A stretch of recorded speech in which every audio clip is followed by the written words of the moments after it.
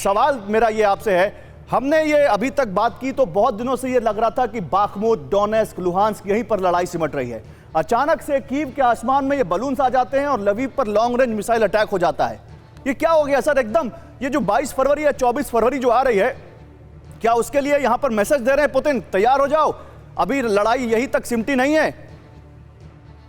गौरव, जो आप बता रहे हैं सारा आपने एक पिक्चर बहुत अच्छी पेंट की है।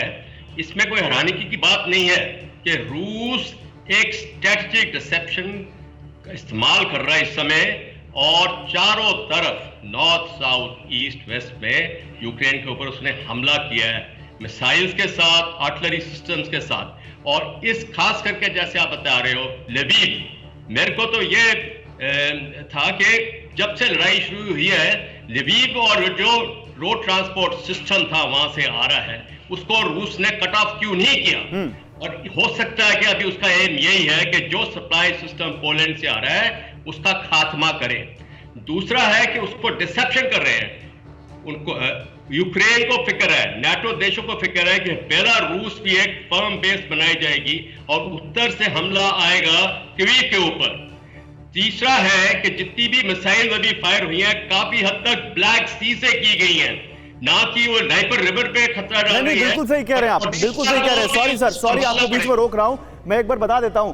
ये देखिए, ये सी ऑफ अजोव है, ये जो इधर देख रहे हैं यहां पर क्रीमिया आता है और फिर ये ब्लैक सी है। और जो यहां पर जनरल सिंह कह रहे हैं यहां से ये मिसाइल निकलती है और यहां तक आती है। ये एनिमेशन के थ्रू हम दिखा भी रहे हैं। ब्लैक सी से लवीव पर लॉन्ग रेंज मिसाइल अटैक किए गए। जनरल सिंह अपनी बात पूरी करिए, फिर कमोडोर सिंह के पास जाऊंगा मैं। जी हाँ, तो इतना बताते मैं यह बताना चाहता हूँ कि जो आपने बलून्स का भी ये जो कवर किया है, हाँ। इसमें एक तो आपने कवर किया है कि आपने ड्रोन्स, रिकॉग्नाइजेंस ड्रोन्स की वो रिसोर्स को काबू रख रहा है, ऑरलैंड 10 को काबू रख रहा है। दूसरा है कि उसको नए यूक्रेन को नए एयर डिफेंस सिस्टम्स मिले हुए हैं और उसकी स्ट्रेटेजिक डिप्लॉयमेंट को निकालना चाहता है रूस। और ये स्पाई बलून्स, उसके रिफ्लेक्टर्स जो है कि जो कि रडार सिग्नेचर्स को नहीं, मेरा एक सवाल है सर, जब बलून्स नहीं थे, जब चाइना का वो बलून नहीं था तो क्या रूस बलून नहीं उड़ा रहा था? कमोडोर सिंह, एकदम से ये चाइना के बलून के बाद ही पुतिन को आइडिया आया या क्योंकि बलून्स फैशन में आ गए अचानक पूरी दुनिया में? देखिए, ये जो गौरव आप बलून की बात करें, पहली बात तो ये कि जो बलून रशिया को मिले हैं, हाँ, वो चाइना से मिले हैं। ओ, दोनों दोस्त हैं आपस में। जिसके पास पहले कोई ऐसी टेक्नोलॉजी जहाँ ऐसा कोई ख्याल नहीं था कि हम बैलून उड़ा के वहां की करें, जासूसी करें। दूसरी बात ये कि अगर रूस को 1 साल के बाद ये समझ में आता है कि ये जो सप्लाई लाइन है इसको तबाह किया जाए, लवीव जो है वहां से जहां पे पूरे सप्लाई आती है यूरोपियन, जहां नाटो से, जहां अमेरिका से आके उतर के फिर यहाँ पहुंचती है, तो मुझे इस चीज की बड़ी अचंभा हो रही है।